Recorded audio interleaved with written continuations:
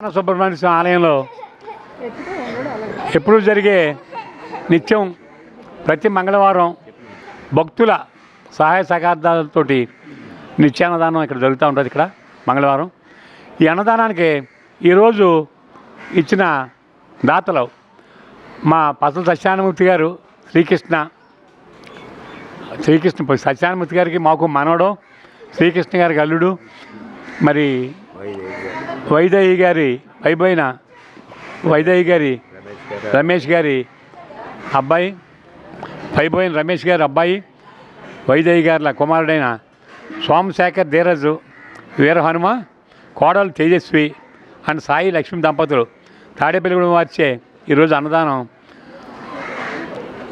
వితరణ జరిగింది. కుమారుడు దీపక్ సాయి మోహన్ చందన, మనవడు తేజాంశ్ రామ్ తాడేపల్లిగూడెం వాస్తవ్యులు. ఈరోజు ఈ అన్నదాన కార్యక్రమంలో మా నవదంపతులు మరి అభిరామ్ తేజశ్రీ వారు కూడా పాల్గొనడం జరిగింది.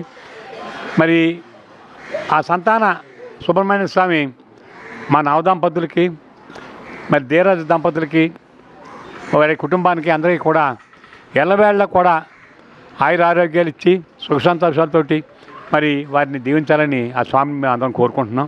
సంతాన సుబ్రహ్మణ్యేశ్వర స్వామి వారి మా ఇలవేల్పు పసలవారి ఇలవేల్పు ఇంచుమించు ఒక 6 తరాల మట్టి ఇక్కడ స్వామివారి పూజలు అందుకోవడం జరుగుతుంది. ఇక్కడ పూర్వం నుంచి కూడా ఎంతో వైభవంగా ఇక్కడికి ఏంటంటే రీసైక్లింగ్ వచ్చిన వాళ్ళే వస్తూ ఉంటారు. ఎందుకు వస్తారంటే ఇక్కడికి వస్తారు, ఏదో కోరుకుంటారు. ఆ కోరిక తీరిన తర్వాత మళ్ళీ ఇక్కడ మొక్కు చెల్లించుకోవడానికి వస్తూ ఉంటారు. పూర్వం నుంచి కూడా ఎంతో వైభవంగా ఇక్కడ జరుగుతూ ఉంటుంది. ఇక్కడ కాకపోతే మా పంతులు గారు ఏం చేశాడంటే ఒక 11 వారాలు కానీ ఇక్కడికి వచ్చిందంటే ఎవరికన్నా సరే ఏ కోరికైనా సరే తీరుతుందని ఆయన చెప్పిన తర్వాత ఏమో ఇక్కడికి విపరీతంగా జ్వరం పెరిగిన తర్వాత ఈ ఊరికేమో దూరంగా ఈ ఆలయం ఉండటం వల్ల ఇక్కడ ఏదోటి అల్పాహారం అన్నా సరే పెడితే బాగుంటుందని చెప్పి మా సంటి, మా పిల్లలు, మా పెద్దలు, మా ఎమ్మెల్యే గారి సలహా తీసుకుని ఇక్కడ ముందుకన్నా ఏంటంటే ఉత్తి పచ్చి పులుసుతోటి ఇక్కడ భోజనం పెడతాం జరిగింది. కొంచెం తర్వాత ఏంటంటే భక్తులు మేము పెడతాం అంటే 250, 2500, 5000, 7500, అలాగే 30,000, 40,000, 50,000 అయినా సరే భక్తులు మేము పెడతామనే భక్తుల యొక్క సహకారంతో ఇక్కడ జరుగుతుంది భోజనాలు. ఇవి కూడా ఇంచుమించు వచ్చే జనవరి, ఫిబ్రవరికి కూడా ఈ భక్తుల యొక్క మంగళవారం పెట్టేటువంటి భక్తులు పేర్లు రాయించేసుకుని ఉన్నారు.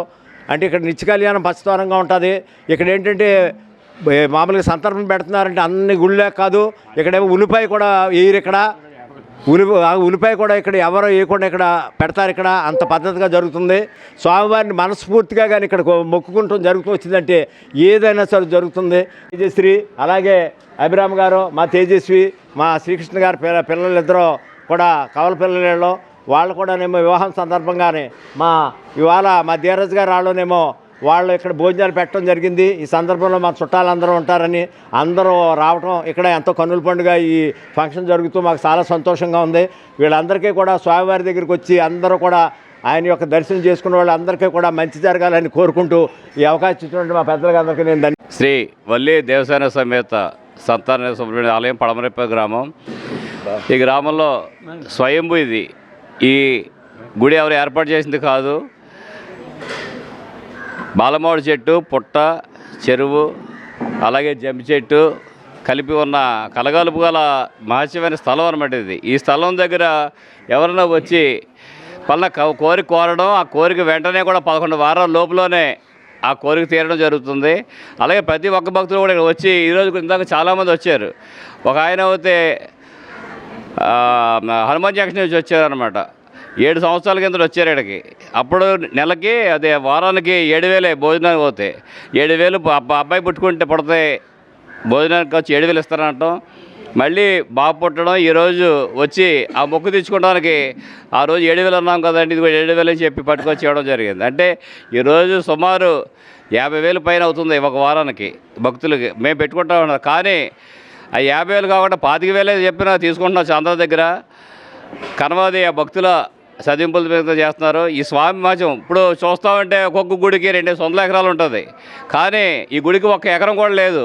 కానీ స్వామి మహత్యం వల్ల ఇంత మహత్కరంగా ప్రతి ఒక్కరు భక్తులు రావడం, వాళ్ళ కోరికలు తీర్చడం స్వామి అనుకున్నదని అనుకుంటూ అవుతుందని వల్ల భక్తులు చేయడం జరుగుతుంది. అదే దానిలో భాగంగా ఈరోజు పైన పోయిన రమేష్ గారి అలాగే వైదేహి తనయుడు మా అల్లుడు గారు కుమారుడు సోమశేఖర ధీరజ్ వీర హనుమాన్ గారు, వారి భార్య బన్ను గారు, వీళ్ళిద్దరు కవల పిల్లలు, ఇద్దరు కూడా చిన్న బన్ను అని అక్కా చెల్లెళ్ళు.